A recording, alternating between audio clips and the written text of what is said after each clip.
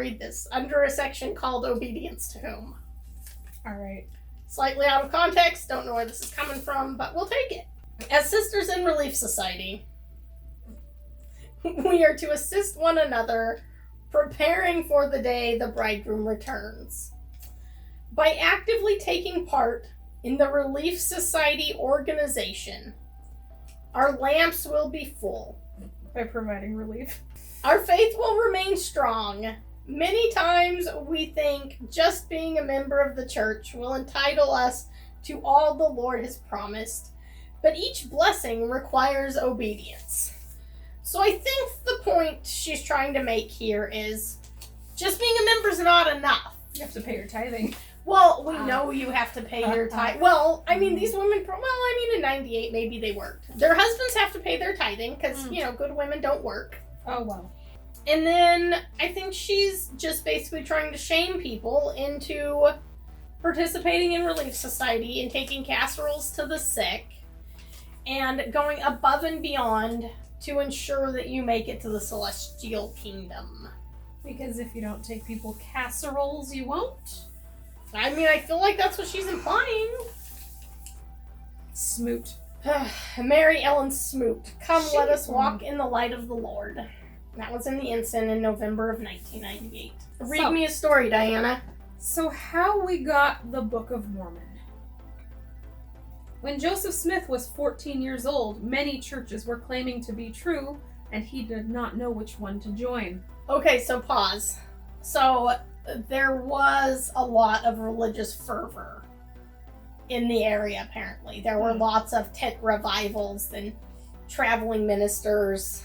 Apparently that was a real thing. I can see that being a thing. Okay, so carry on. One day, Joseph read James 1:5 in the Bible. If any of you lack wisdom, let him ask of God. Joseph needed to know which church was right, so he decided to ask God. Yes. As you do. As you do. On a spring morning, Joseph went into the woods near his home to pray. I guess as you do. I mean, I don't know. I pray at home, usually silently, but... Right. Never felt the need to leave where I was currently to go pray. But he did have like a shit ton of siblings. So maybe he just needs some peace and quiet. As he knelt down and started to pray, Satan tried to stop him. Joseph prayed harder, asking Heavenly Father for help. There's some videos that kind of show, says that he felt like a darkness and that he felt like he couldn't talk.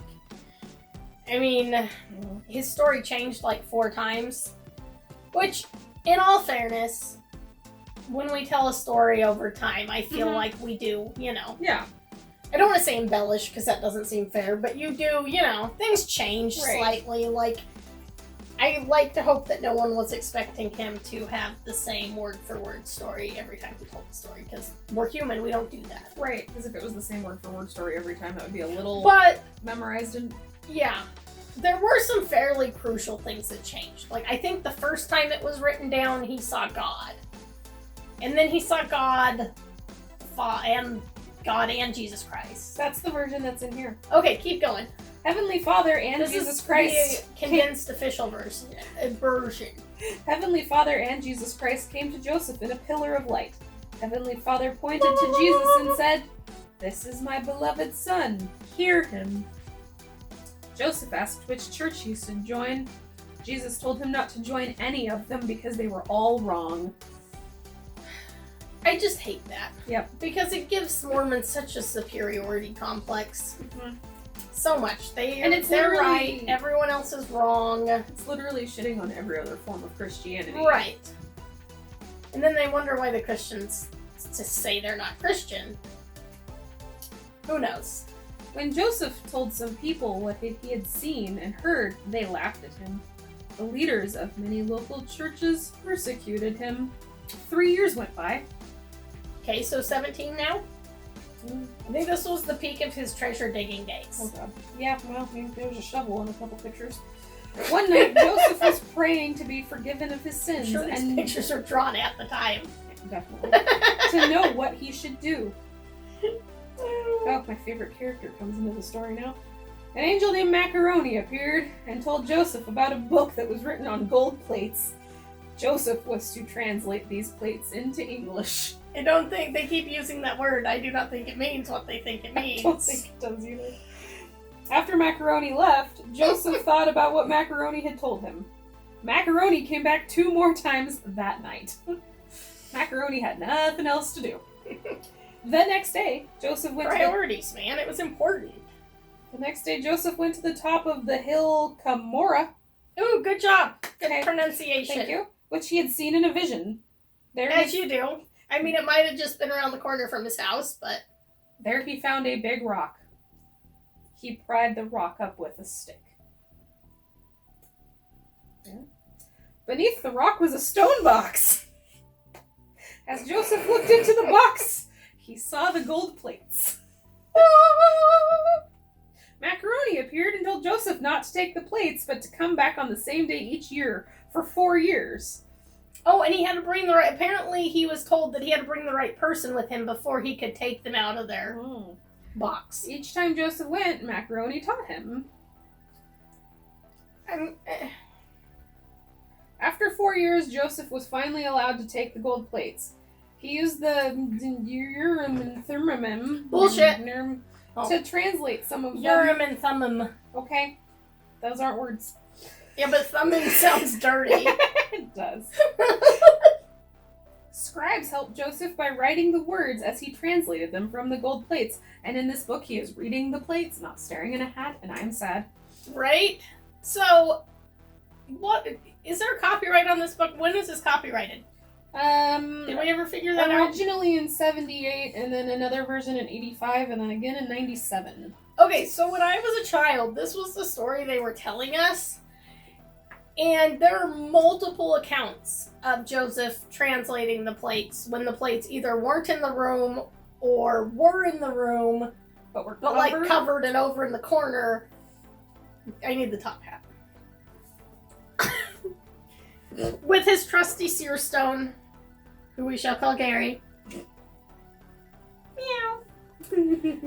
Like so. This is how he translated the Book of Mormon. Okay? This. There was no Urim and Thummim. There were no... Because those aren't words. I think they're mentioned in the Bible somewhere. I think. Probably. I mean, I could be wrong. I'm not a historian. I don't have photographic evidence of Joseph Smith having sex with his multiple wives. Joseph took the translated words to a printer and had them made into a book. That Martin Harris paid to have it printed. Huh. And there was no punctuation. The book is called The Book of Mormon.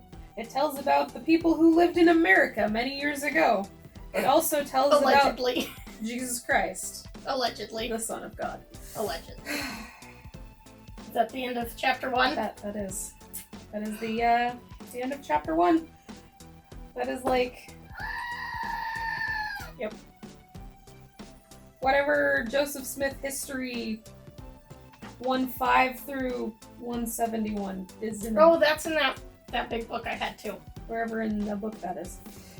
I mean, we could find it and read it for real, but I know it doesn't talk about the top hat and the seer stone. I did read an interesting thing about how, this book included when the angel Macaroni goes and talks to Joseph Smith. He had a bunch of siblings, right? And supposedly they lived in a super tiny house. Okay. But the pictures that are was always in the book. Him alone in his room. It's like him alone in his bed. And I'm sorry, when you have that many siblings back then, I guarantee he was sharing a bed with somebody. But might explain his sexual deviance. He's very... Yeah, no, I mean... There's a chair, there should be more beds. There should be... No, there would have been a lot of beds, and there would have been 3 or 4 kids per bed. Right. It's all real. It's definitely so real. Yeah. So what state did... This was in New York. Okay. Upstate New York. Okay. Yeah. Which is hilarious because, so many people theorize that, so say it's real. Mm-hmm. We're just gonna operate under the assumption that the Book of Mormon's real. They assume all this happened in South America. And I'm like, well then how in the hell did the plates get buried in a hill in upstate New York? If anything, if it's real, which I'm not saying it is, But if it's real, don't you think it probably happened in upstate New York? Probably. There is a Especially since theory, they're all, which you know. I have not studied these theories. I'm just talking out my ass. So there's a theory that there's 2 hill Comoras. That one, they were hidden in a hill in South America, and then they were magically moved by God to upstate New York, so Joseph Smith could find them. Because with God, all things are possible. I feel like it's easier for God, though, if it all just happened in upstate New York. Probably. And I like to think God's efficient. If there's a God, I want him to be I efficient. have a physics issue with it. Because, Moving plates? well, when I first heard about gold plates, I assumed they were large. But in this book we've got, it's like he has a thing the size of your book. Right. But, Well, and even if it was that size, think about how heavy it would be. right. Well, and they'd have to be really thin, and Right. gold is a soft metal, so if Well, they were right, too how thin, are you carving in it? There's so many problems, okay? I want to go on a hill and pry up a rock and see if we find a stone box. That's because you like geocaching, you nerd. We have to wait for an angel named after pasta to come tell us where to find it. I need more wine. Oh, I need sanity.